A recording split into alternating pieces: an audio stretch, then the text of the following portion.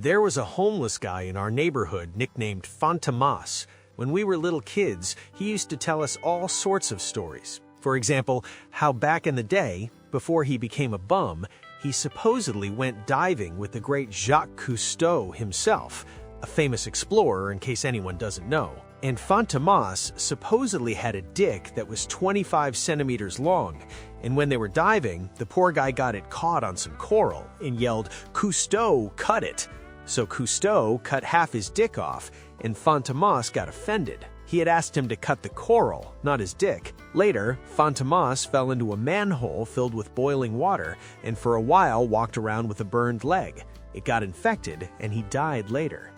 I broke up with my girlfriend after 4 years together. We lived together for the last 6 months.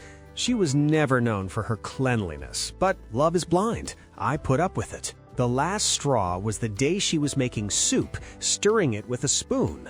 Suddenly, she stuck out her tongue, scraped the white coating off it with the same spoon, and then dipped the spoon back into the pot. I saw it by accident, and I can't get it up for her anymore. My mom's friend's son had a baby girl. She's already 1. My mom says I should follow his example, take responsibility, marry a girl, and start making babies. That'd be all fine and dandy, but I'm only 17 years old, just like that degenerate son. Ultimate shame is when your grandma catches your grandpa fucking the cuff of a blood pressure monitor and he gets so scared he has a stroke.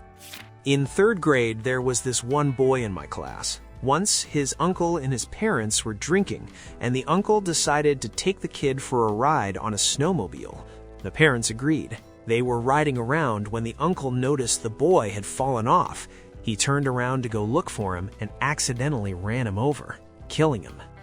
My friend was in the hospital, and they didn't have any toilet paper, so when he went to take a shit, he would take already used paper towels out of the bin and wipe his ass with them a second time.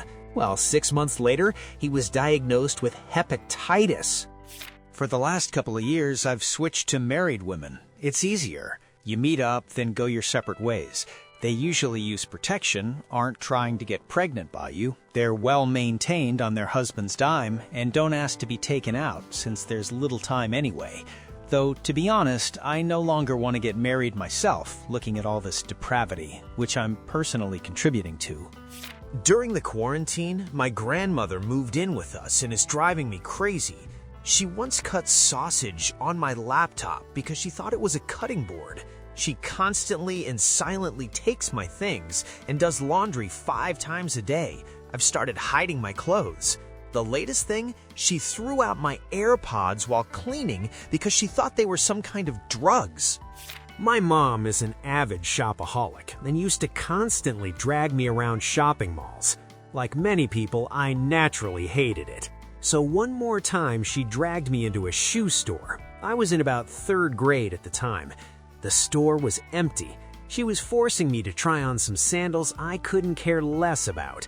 The only people in the store were me, my mom, the cashier behind the counter in front of us, and a sales assistant standing nearby. After she made me try on those sandals yet again, I decided to get back at her. I bent over and accidentally let out a really juicy fart. Then I looked up at my mom and in the presence of the sales assistant said, "Mom, what did you do that for?" I've had a cat since childhood, and when I got a computer, the monitor wasn't an LCD, but a bulky old CRT, and the cat loved sleeping on it. Later, I bought myself a proper monitor, but I didn't throw the old one away because of the cat. But the other day, the cat passed away from old age. I fully realized it, however, when I took that old CRT monitor to the dumpster. For me, an entire era ended then. Right now, I'm sitting here, drinking hard and crying. My sister racked up a bunch of fines for violating self-isolation without ever leaving the house. Her phone starts picking up a different cell tower or something like that from her balcony. Her location was being determined as a neighboring state. She stepped out onto the balcony, that's $2,000 gone. My front tooth broke, so I put it back in its old spot, and it stays in place thanks to the neighboring teeth. Well, it doesn't seem like a big deal, but somehow I ran into some local tough guys and a brawl started.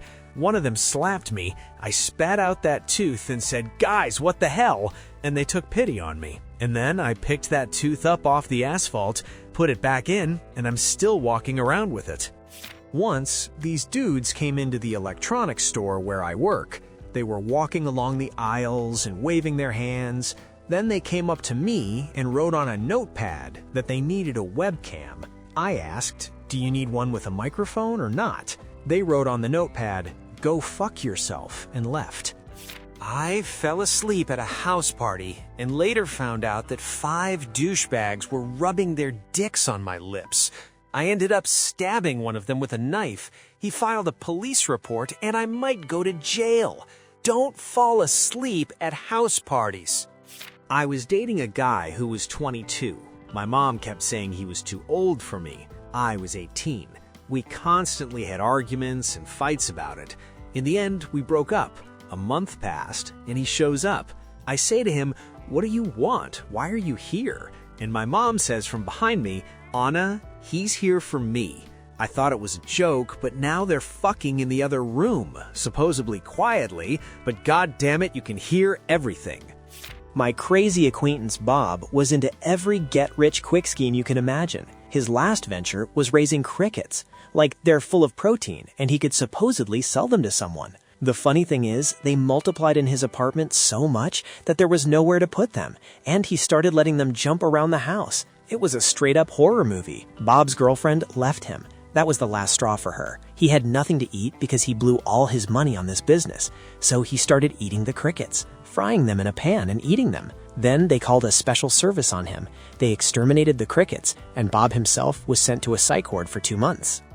If you ever feel inadequate, just remember my acquaintance. He was shaving his ass and balls using the front-facing camera, and hearts with comments started popping up on the screen.